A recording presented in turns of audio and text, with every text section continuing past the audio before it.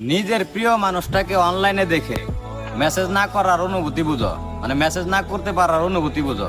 আমি বুঝি। আমার কথাগুলা একমাত্র তারাই বুঝবো যারা এই পরিস্থিতির শিকার হয়েছে।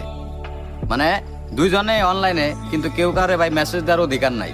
মানে প্রোফাইলে ঢুকে বা ইনবক্সে ঢুকে ঠিকই ঘুরে আসা যায় বা উপরের মেসেজ গুলা পড়া যায়, কিন্তু তার মেসেজ দেওয়ার কোনো অধিকার নাই। এটা যে কষ্টটা ভাই একমাত্র তারাই বুঝবো যারা এই পরিস্থিতির শিকার হয়েছে। আমি ভাই আমার নিজের অভিজ্ঞতা থেকে এই জিনিসটা শিখছি ভাই, দেখছি কতটা কষ্ট লাগে। মানে দুইজনে অনলাইন আছি কিন্তু কোনো অধিকার নাই, মানে অধিকারটা সে হারাই ফেলাইছে। সে এক সময় আমারও খুব ভালোবাসতো, কিন্তু আজও ভাই আমি বিশ্বাস করেন, মানে আমি তার ইনবক্সে ঠিকই ঢুকে তার প্রোফাইলটাও চেক করে তার ফ্রেন্ড লিস্টে কারা কারা আছে তাও দিই, তার ছবিতে কারা কারা কমেন্ট করে লাইক করে আমি তাও দিই, কিন্তু তার মেসেজ করার মানে অধিকারটা আমার নাই। বা নিজের বিবেক থেকেও বাধা দেয় যে তুমি কারে মেসেজ করতেছো, মানে আমার বিবেক থেকে কয় যে তুমি কারে মেসেজ করতেছো, ওই তো আর তোমার না।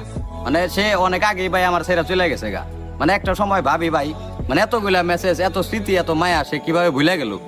মানে একটা মানুষের ভাই, একটা মানুষের বলতে তো ভাই কিছুদিন টাইম লাগে। আর একটা মানুষ যখন একটা মানুষের জীবনে আসে, মানে তার যে মায়াগুলা, তার যে মানে মানুষটারে ভুলে দেওয়া সম্ভব তখনই যখন নাকি তার মৃত্যু হয়। মানে জীবিত অবস্থায় একটা মানুষটা কেমনে ছাইরা যায়, ভালো একটা অপশন পাই, এটা ভাই আমার মাথায় ধরে না। আমরা পারি না ভাই, কিন্তু ওরা ঠিকই পারে ভাই।